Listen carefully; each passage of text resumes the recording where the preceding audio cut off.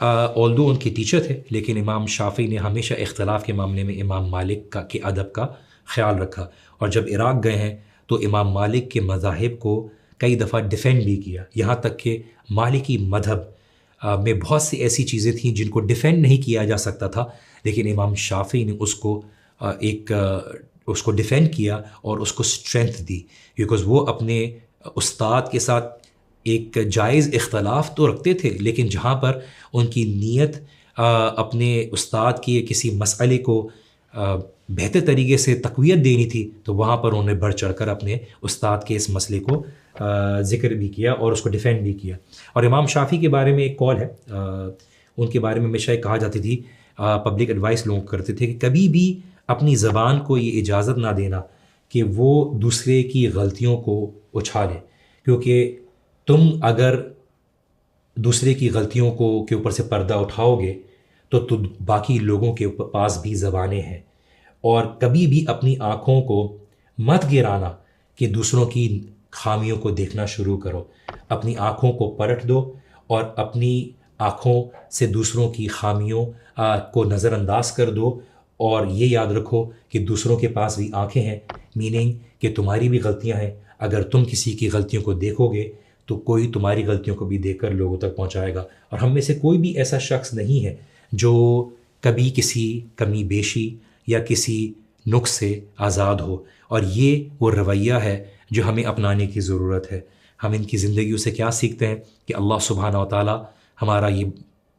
غالب گمان ہے کہ اللہ سبحانہ و تعالیٰ ان سے راضی ہوا، اور ان سے راضی ہونے کی اصل وجہ کیا تھی کہ یہ باعمل لوگ تھے، یہ لوگ وہ تھے جنہوں نے علم کی اصل روح کو حاصل کیا، انہوں نے وہ محفلیں دیکھی جو علم کی خزانے تھے، انہوں نے وہ احادیث کو ایکوائر کیا، اس کے لیے محنت کی، اس کے لیے سفر کیا، اس کے لیے مشکل وقت کو برداشت کیا، اور یہ پروسیس ہوتا ہے علم کی مٹھاس کو حاصل کرنا، اللہ سبحانہ و تعالیٰ کی ان خزانوں کو انلاک کرنا جو اللہ سبحانہ و تعالیٰ سینوں کو کھولتا ہے چیزوں کو اور فہم کو انڈرسٹینڈ کرنے کے لیے۔ I hope you are enjoying this journey of tales of faith. ان شاء اللہ مزید بات کریں گے، نیکسٹ ایپیسوڈ میں ملاقات ہوتی ہے۔ ٹل دین، السلام علیکم ورحمۃ اللہ وبرکاتہ۔